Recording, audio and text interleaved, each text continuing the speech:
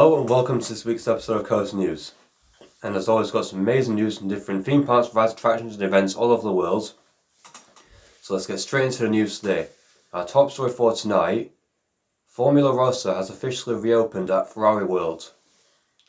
And I'm honestly so relieved that this has actually happened. We now finally know that the future of this ride is secure. But if you don't know what I'm talking about, basically Formula Rossa is an Intamin accelerator coaster located at Ferrari World in Abu Dhabi in the UAE. It originally opened in 2010 alongside the whole of the Ferrari World theme park, and since that day it opened, it has claimed and kept the record of the fastest roller coaster in the world, reaching a top speed on its hydraulic launch up to 149.1 miles per hour, which is absolutely insane. Like, literally no roller coaster currently on the planet reaches that speed, apart from, well, in the near future Falcon's Flight is going to open and that will reach 156 miles an hour, but for now Formula Rossa is currently the fastest roller coaster on the planet. So it's been operating for pretty decently for about 14 years now. But earlier this year, like, the future of this ride was pretty uncertain. Like, if you went to back to January this year, end of January, you would think, is this the end for Formula Rossa? Because basically, details on what happened in January are quite scarce. Because the park themselves, Ferrari World, have kept it quite close to their chest. It's something about some kind of incident on the ride. I don't know if it was like a mechanical malfunction or literally nobody knows what happened. But basically, it caused the park to close the ride, and it's been SBNO since January. Basically all year. It's been standing but not operating all year long. And there was worrying rumours that could this be the end for the ride. But there were also other rumours stating that could it receive like a Top Thrill 2 style transformation where it has like a new LSM launch and perhaps a swing launch. We didn't know. I mean, I think that they were spotted doing work on the hydraulic launch a few months ago. We didn't know what they were doing with it, but last week, a couple of weeks ago, the ride was spotted testing. So that was a good sign that they were planning to reopen it, and earlier this week they actually did reopen the Formula Rossa, which is so amazing because it means that they're not getting rid of this ride, they're keeping it for hopefully many more years to come. I'm glad that it's reopened, they've not decided to just scrap it in the wake of Falcon's Flight. And yeah, it's great that the ride has reopened. In other news today, Chessington World of Adventures have submitted a planning application for Project Play. And the amount of investment that Chessington is getting at the moment is just mad. Like, it honestly is mad. But if you don't know what I'm talking about, basically, Chessington World of Adventures is a theme park located in Greater London in the UK. It is owned and operated by Merlin Entertainment, so it's owned by the same people that own like Alton Towers, Fort Park, all the Legolands theme parks, the Sea Life Centre, the Dungeon, all them. And the last few years have actually been really, really good for Chessington in terms of investment, both in terms of brand new attractions and also with sort of the upkeep of mostly the upkeep of older attractions. But basically the whole backstory of this Project Play is back in 2022 in June or July, there was a fire on their Scorpion Express roller coaster. Now Scorpion Express was a Mack powered coaster located in the Mexicana area, and there was a fire on that attraction which damaged quite a few bits of the ride. And it's been pretty much standing but not operating ever since. Now there was it's been standing but operating for over 2 years now. But sort of nearer to the time, a few months after, there was hope that the ride would reopen. There were basically two sides to the story. There were people saying it's going to reopen after a refurbishment, and there were people saying it's going to get completely demolished. Now a few months ago, Chessington actually revealed at a public consultation their plans for the next sort of 5 to 10 years. these were the same sort. This was on the same day that they revealed the plans for Project Refresh and Renew, which is the rumored Minecraft-themed land replacing Wild Asia. On that same day, they also revealed plans for yet another new themed land to basically sort of replace the Mexicana area to make it more of like a sort of more like an area sort of aimed at younger children, so like basically like sort of preschool children, so that age about 3 to 4 years old. And earlier this week, the plan application for that specific area, which is known as Project Play, was submitted. And in that area includes 2 new children's flat rides and a brand new junior coaster, which I think is said to replace Scorpion Express. That pretty much confirms that that ride isn't coming back.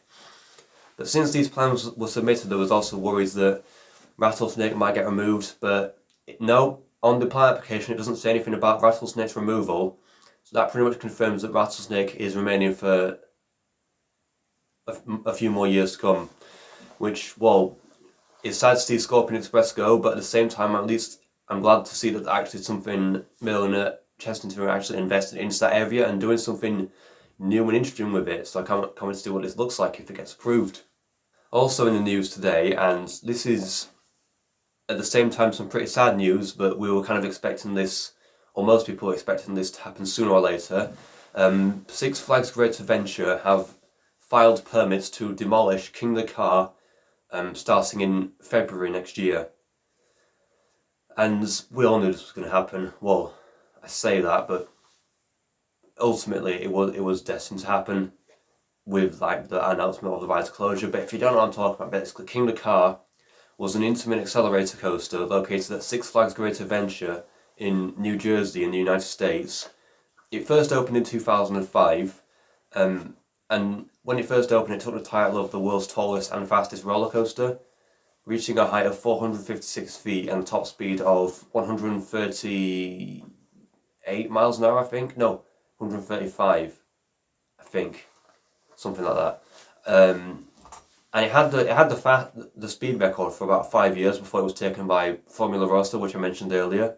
But it held the height record for the whole 19 years of its service life. It closed in November of this year, early November, without any prior announcement from the park. The only reason people knew it was closing, and there were so many people that actually turned up on its closing day, was because all the rumours spreading basically for months on end about the ride's removal and all the markers spotted around like the rides and the area for like Green Lantern and Kingda Ka and whatnot. So yeah, it was pretty much basically heavily rumoured that the ride were going to be closing at the end of the season. So many people turned up to its final operating day, and then a couple of days later, Six Flags actually put out a statement basically saying we're getting rid of Kingda Ka as well as Green Lantern and a couple of other rides as well. Kingda Ka, instead that Kingda Ka is going to be replaced by a brand new multi-record breaking launch coaster in 2026. And people are absolutely devastated by this news. Since then, Green Lantern, they've already started the demolition process of that. As far as I'm aware at the moment, the only parts of the ride that are remaining now are the lift, hill, drop and vertical loop. And earlier this week, like, permits were filed by Six Flags for the demolition of Kingda Ka, which will take place between, I believe, the 16th and 20th of February next year. So we now know how long we have left before this ride will be completely taken down. And it's absolutely devastating, but, you know, we knew it was going to happen, so here's a goodbye to an absolute legend in the theme park industry. And finally in the news today, Jungle Rush has officially opened at Dreamworld in Australia. And this ride actually looks really awesome. Like, the amount of detail they've put into it and the amount of time and passion that has gone into this new ride, it actually looks amazing. But if you don't know what I'm talking about, basically, Jungle Rush is a brand new Vekoma switchback coaster located at Dreamworld in Queensland in Australia. It is actually Vekoma's first switchback coaster, and if you don't know what a switchback coaster is, it is essentially like Vekoma's take on the multi-dimension coaster from Intamin. So it is a family coaster, but it has multiple, I believe it has multiple launches. It has also much like the Intamin multi-dimension coaster as well, it has various different advanced technical elements, what I like to call them. So it has turntables, it has forwards and backwards sections, all kinds of things like that. So as well as it being a great family coaster experience, it also looks like a heavily themed experience as well. Now, the opening of Jungle Rush also marks the opening of a brand new themed land at Dreamworld in Australia called Rivertown. And by the looks of it, they've actually heavily themed this whole new land.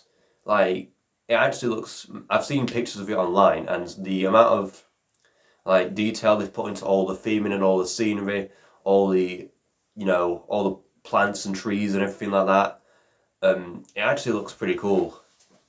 As for the ride experience itself, I've not seen any videos of that, but it actually looks like it offers a pretty good experience. Now, like I said earlier, this is actually Vekoma's first switchback coaster. So if this ride is a success, then that might prompt Vekoma to want to build more switchback coasters, or it might basically make more parks around the world want to buy Vekoma switchback coasters, which could potentially spark some competition with Intamin for their multi-dimension coasters, because like I said earlier, they are two pretty much similar coaster concepts with all the elements they can do and their target audience, and their purpose of what they can actually do and what makes them unique. So if Jungle Rush is successful, could this spark more switchback coasters being built? And how will Intamin react to this? Because with it being a similar ride type to their multi-dimension coaster, we'll have to wait and see. But either way, it's great that this ride has finally opened and it looks absolutely amazing. So that is it for this week's episode of Coaster News. I hope you've enjoyed it, and if you did, then please make sure to like and subscribe, and comment where I'd like to see you in the next video. Goodbye.